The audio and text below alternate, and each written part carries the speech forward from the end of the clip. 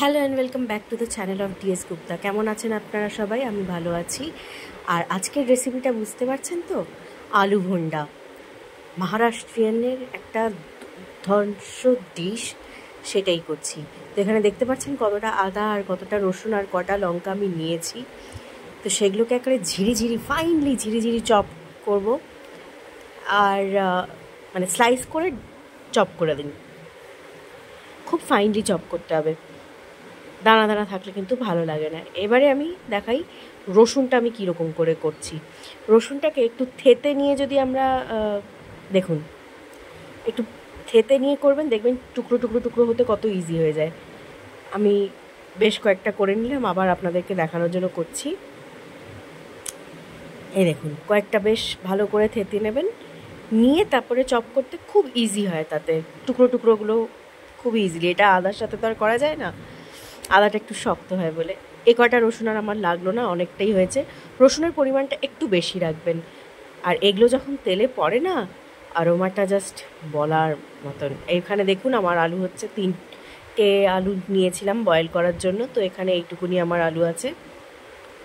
ম্যাশিংটা আর কি দেখাবো, তাড়াতাড়ি করছি, কারণ দেখুন যদি সব কিছুই বলে দিই তাহলেও হয় না, যদি না দেখাই সেটাও হয় না। তো গরম তেল নিয়ে নিলাম, এই ধরুন 1.5 চামচ মতো।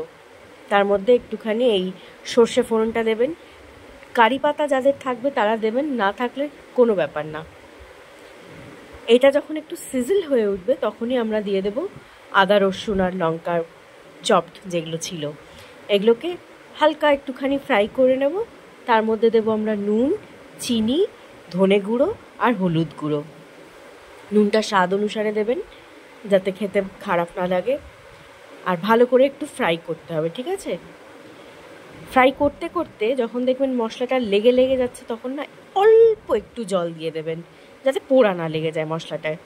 কারণ অল্প তেলে জিনিস এতগুলো আমরা যখন হাই আছে বা মিডিয়াম ভালো আছে দিচ্ছি, তখন পুড়ে যাওয়ার চান্সেসটা অনেক বেশি থাকে। যারা রান্না করছো জানোই, আর যারা প্রথম শিখছো তাদের জন্য বলে রাখলাম, অল্প একটু দেবে, এখন না, একটু পরে।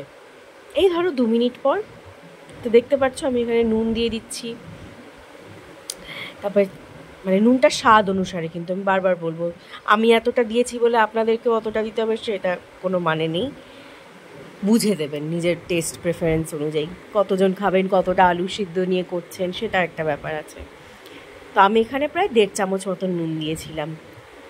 প্রথমে মনে হচ্ছিল বেশি, কিন্তু না, ঠিক ছিল। এবার দেখুন চিনি দিলাম, এবারে একটু হলুদ, একটু ধনে গুঁড়ো। এবার এটাকে মিক্স করতে হবে ভালো করে। আর মিক্স করতে করতে যেটা বললাম, একটুখানি জল, জাস্ট অল্প একটু জল আমরা দিয়ে দেবো, যাতে মিক্সিংটা ভালো হয়ে যায়, কনসিস্টেন্সিটা পোড়া না লেগে। তার মধ্যে খানিকক্ষণ বাদেই আমরা আলু সিদ্ধটাও দিয়ে দেবো, যাতে ওটাকে মিক্স করে নেওয়া হোক। আর তারপরে সেটা সাইড করে ঠান্ডা করতে দেবেন, ঠিক আছে? এটার সাথে লোকেরা লহসুন কি চাটনি, মানে রসুনের চাটনি খায়, কেউ পুদিনার চাটনি খায়, কেউ আবার টমেটো সস দিয়েও খায়। আর এর সাথে আপনারা ওই যে বান রুটি পাওয়া যায় না, ওইটা নিয়ে নেবেন, খুব সুন্দর লাগবে। আরেকটা ট্রিক বলে দিচ্ছি, গরম তেলের মধ্যে ঢাকা দিয়ে একটা লঙ্কা, ধরুন গ্যাসটা অফ করে দিয়েছেন, ঢাকা দিয়ে 3-4টে লঙ্কা দিয়ে দেবেন ঢেকে দিয়ে, গ্যাসটা অফ করে। ওই লঙ্কার স্বাদ দ্বিগুণ হয়ে যায় এইসব পাকোড়ার সাথে খেতে হলে। তো ওই বানরুটির মধ্যে এই ধরুন একটা গোলা নিলেন আলুর মশলাটা সমেত, সেটা যদি একটু বড় হয় তাহলে খুব ভালো লাগবে। আর যদি আমার মতন ছোট ছোট বানান, তাহলে এমনি আলু ভোন্ডা হিসেবেই খাবেন। এবার দেখুন, ভালো করে আস্তে আস্তে মিক্স করে নিতে হবে, যাতে মশলাটা পুরো গেঁথে যায়। একটা তো গরম আছে, পরে একটু হাতের মধ্যে নিয়েও ঠান্ডা হয়ে গেলে করে নিতে পারেন, কোনো ব্যাপার না। খুব ইজিলি বানাতে পারবেন, আর ভীষণ টেস্টি হয়। বুঝতেই পারছেন, রসুন আদা রাই না, এখানে তো আপনাদেরকে আমাকে বলতে হবে সর্ষে ফোড়ন তো আর লঙ্কা, কাঁচা লঙ্কা, অসাধারণ। কেউ যদি চান আর যদি থাকে তাহলে আপনারা ধনে পাতাও দিতে পারেন। আচ্ছা, বেসন গোলার মধ্যে আমি দিয়েছি হলুদ, নুন আর বেসন জল, ব্যাস। কনসিস্টেন্সিটা দেখে নিচ্ছেন, তো এখানে আমি 6 চামচ তেল দিচ্ছি,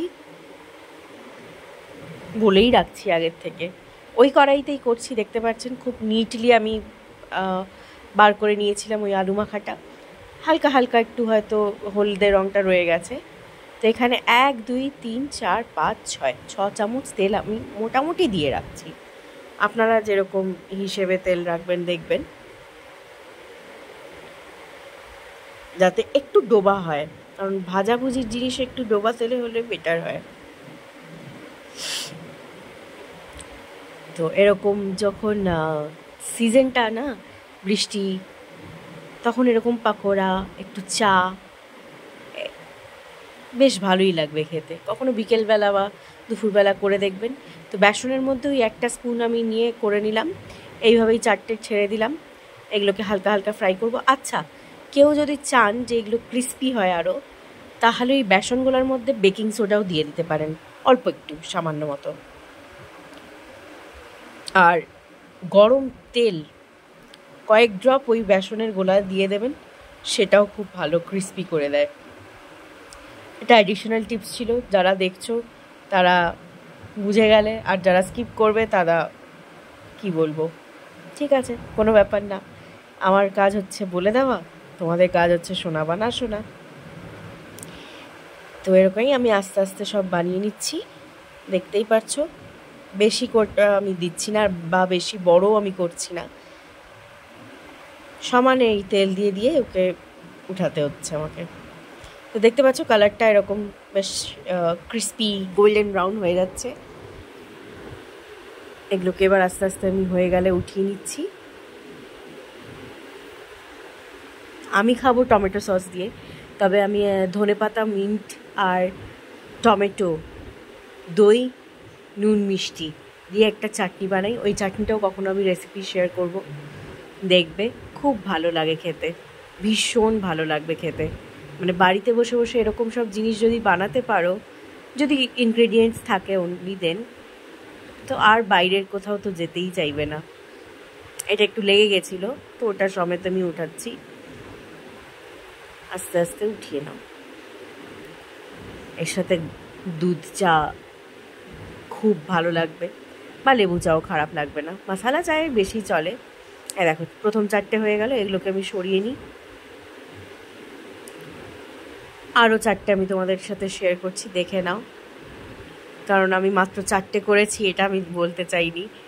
4টে তো আর সম্ভব না, এই এত সুস্বাদু জিনিস খালি 4টে খেলে হয়ও না। আমি যখন পুনা গেছিলাম তখন আমি মা বাবা আমরা খুব এই বড়া পাও খুব খেতে পছন্দ করেছিলাম, ভীষণ পছন্দ হয়েছিল। একটা বড়া পাও আর একটা ওখানের কারি, তো পকোড়া কারি যেটা হয় ওদের, খুবই ভালো লাগে এইসব ডিশগুলো। দেখো যেখানে যেখানে যাবে সেখানকার ডিশ যদি খেতে পারো খুবই ভালো লাগবে। যেমন কি গুজরাট হয়ে গেল, পাঞ্জাব হয়ে গেল, খালি যে বাঙালি রান্নাই হবে তা তো না, ভালো ভালো রান্না আছে, খাবে, খেয়ে মজা পাও। আর যেই জিনিসগুলো বাড়িতে ইজিলি করতে পারবে সেটা কেন আনন্দ নেবে না বলো। তো এখানে এই এপিট হয়ে যাবে, এবারে আমি আস্তে আস্তে ওপিট করে নিচ্ছি, সেটা আর দেখাচ্ছি না তোমাদেরকে, এই ফাইনাল জিনিসটা দেখাচ্ছি। এতগুলো পকোড়া হয়েছিল, সস দিয়ে খেলাম, কেমন কেমন